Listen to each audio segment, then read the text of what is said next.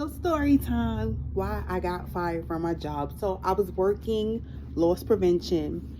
Not the job I wanted. I actually went to interview for a different position. And I didn't get it. No, be quiet. So, sorry. So I knew someone, I saw someone there that I knew from another job, and she was kind enough to advocate for me. So shout out to her. I really appreciate it. And she spoke to them, to the powers that be, and the powers that be were like, well, we have this other position, sorry, that one didn't work out, but we have this other position. So it was about to be the holiday season, and as much as it's not what I wanted to do, I have children, clearly, so I couldn't not make Christmas happen. So I took the job. And let me tell you, loss prevention, it ain't for me.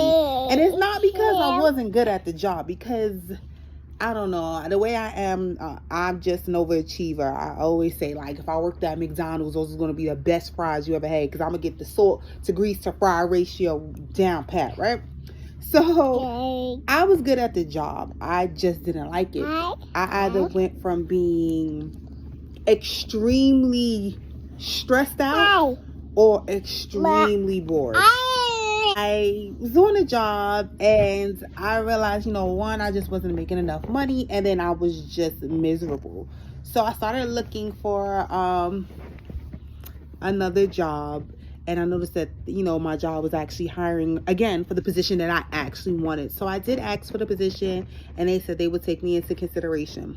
But this is why I got fired. Let me get to why I got fired. So it was one of these days, like I said, I got really good at the job. So it was one of these days, I was walking around and I saw some guys stealing, and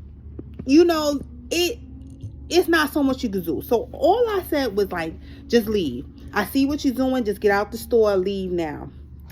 They didn't leave. They laughed at me. They was like, psh. So I was like, get out now. Like, get out the store. Stop it. I went to reach for one of the bags. That's what they were stuffing. And one of the guys pushed me. So I was like, oh. So not only you a thief, you a piece of ish, right? You put hands on women. That's what we do.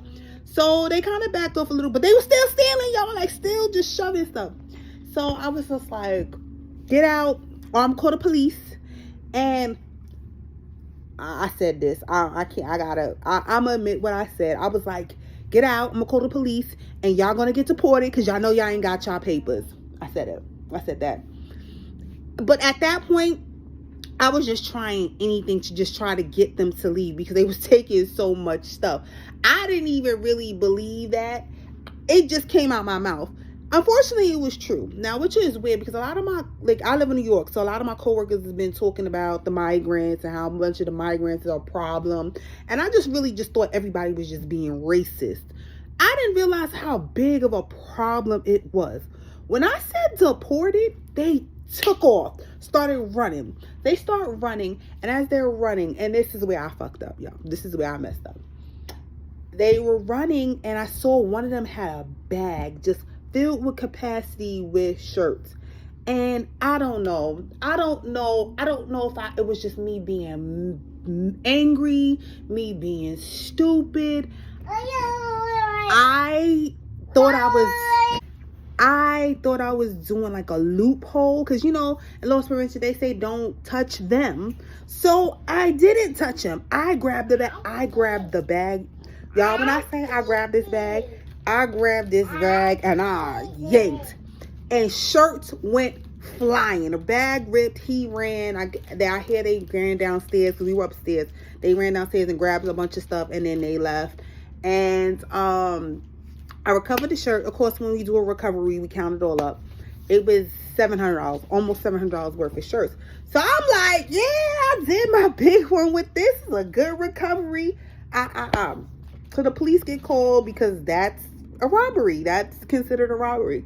So the police get called and they're asking for the footage. And I'm like, I knew I fucked up. It was at that moment that I knew that I messed up and I was in trouble. So I was just hoping, like, maybe I'll just get a write-up. Even though a write-up is not going to help me out when I'm up for a promotion. But I'm like, maybe a write-up, maybe get talked to, maybe a verbal. So that was like a Tuesday.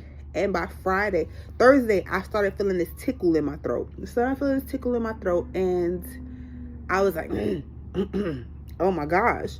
Full on sick by Friday. Fever, chills, crazy. I don't know what this is. I don't know if I picked it up from them, because this was not like the regular sickness, like a regular flu illness.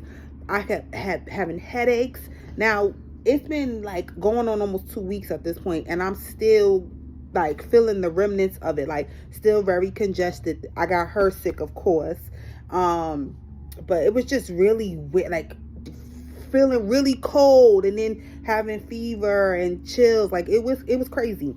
It was so crazy. And Friday I had to call out. I was working Friday. I had to call out because I just couldn't do it.